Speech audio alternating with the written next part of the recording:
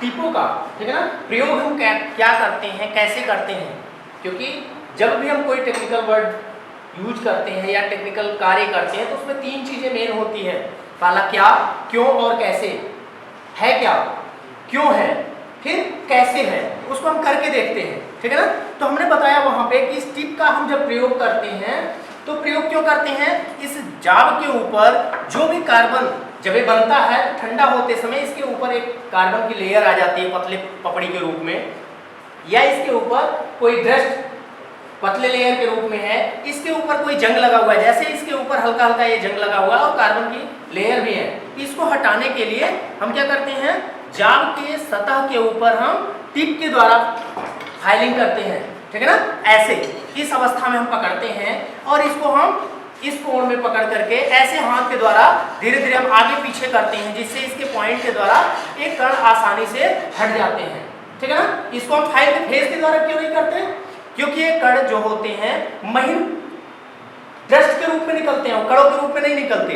Dust के रूप में निकलने के कारण क्या होता है, जब हम फेस से करेंगे तो इसके फेस के दांतों में धंस जाएंगे, घुस जाएंगे, जिससे चिकना हो जाएगा और स्लिप करने लगेगा, कटिंग नहीं करेगा अच्छे से। तो हम इसके टिप का प्रयोग करके यहाँ पे हम इसके कार्बन लेयर को, डस्ट को, कोई भी पपड़ी है, इसको आसानी से हम हटा लेते हैं, ठीक है। और आप लोगों ने पूछा था फाइलिंग विधियां, जैसे मैं बताया ना, फाइलिंग एक प्रकार की विधि है, एक प्रकार की संक्रिया है, वैसे फाइलिंग विधियां, ठीक है ना, जो होती है वो 4 प्रकार से होती है।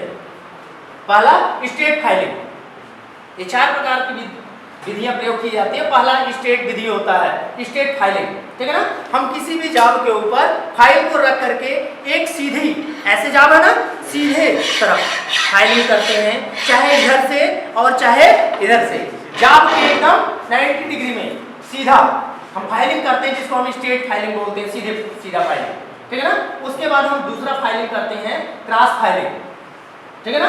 क्रॉस फाइलिंग हम करते हैं, एक बार हम जाब के कोण पे, मतलब 45 डिग्री के कोण पे इधर से और 45 डिग्री के कोण पे इधर से हम 2 बार करते हैं, क्रॉस फाइलिंग हो गया।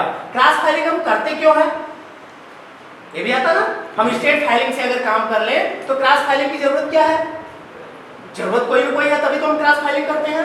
तो क्रॉस फाइलिंग करने की सबसे अहम जरूरत है, इस जाब के सतह के ऊपर से पूरे सतह का बराबर रूप से और अधिक मटेरियल काटे, ठीक है ना। क्योंकि जब हम स्टेट फाइलिंग करते हैं तो किनारे का कुछ भाग रह जाता है, दोनों तरफ किनारे का कुछ भाग रह जाता है, जिसमें अप डाउन भाग हो जाता है। तो इसको हम दोनों तरफ से करके ज्यादा मटेरियल काटने के साथ साथ हम पूरे सतह को अच्छे से समतल बना लेते हैं, ठीक है ना। फिर उसके बाद आता है तीसरा ड्राफ्ट फाइलिंग, ठीक है ना।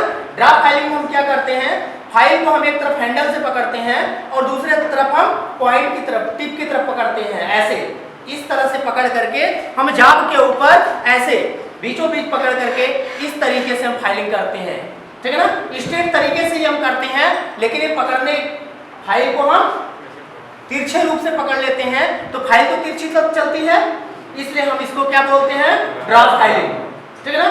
ड्राफ्ट फाइलिंग का प्रयोग वहां पे होता है जहां पे हमको जाब के ऊपर से बहुत हाई एक्यूरेसी में सतह को तैयार करना है, जाब के ऊपरी सतह को बहुत हाई एक्यूरेसी में तैयार करना है, ठीक है ना। जैसे हम जाब को बना लिए तो ड्राफ्ट फाइलिंग के द्वारा इसके सतह को स्मूथ बनाते हैं, ठीक है ना, डेड स्मूथ। और ड्राफ्ट फाइलिंग हमेशा डेड स्मूथ या स्मूथ फाइलों के द्वारा ही होता है, ठीक है ना, क्योंकि सतह को बहुत हाई एक्यूरेसी में चिकना बनाने की प्रोसेस है, ठीक है ना, ड्राफ्ट फाइलिंग के द्वारा।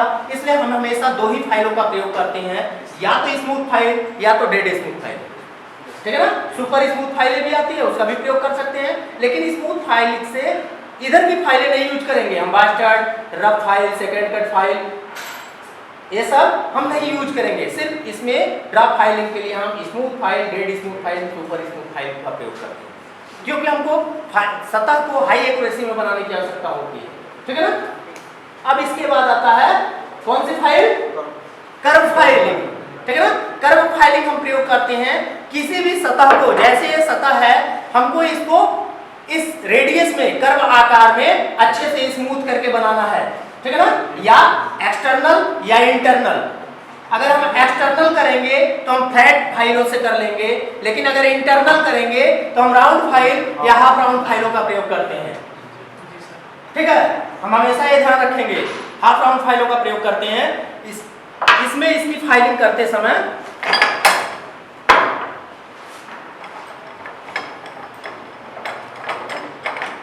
हम ध्यान रखते हैं कि जब भी हम करते हैं तो इस अवस्था में फाइल को पकड़ते हैं और एक्सटर्नल रेडियस बनाना है तो ऐसे आकार में लगा करके ऐसे हम फाइलिंग करते हैं। ठीक है ना, हम फाइलिंग की विधि ये अपनाते हैं। अगर इंटरनल है तो सेम इसी मेथड से हम इंटरनल भाग में ऐसे फाइलिंग करते हैं। ठीक है, तो पता चल गया कर्व फाइलिंग कैसे होती है, क्यों होती है, किसी भी एक्सटर्नल इंटरनल रेडियस को तैयार करने के लिए। ठीक है ना, अर्धवृत्ताकार भाग को या वृत्ताकार इंटरनल भाग को तैयार करने के लिए। ठीक है, बिकर्ड फाइलिंग, ये क्रॉस फाइलिंग को ही हम बिकर्ड फाइलिंग भी बोलते हैं। ठीक है ना, क्रॉस फाइलिंग को ही हम बिकर्ड फाइलिंग बोलते हैं। वो दो कोणों से किया जाता है, इसलिए वहां पे वो बिकर्ड फाइल हो जाता है। ठीक है, बस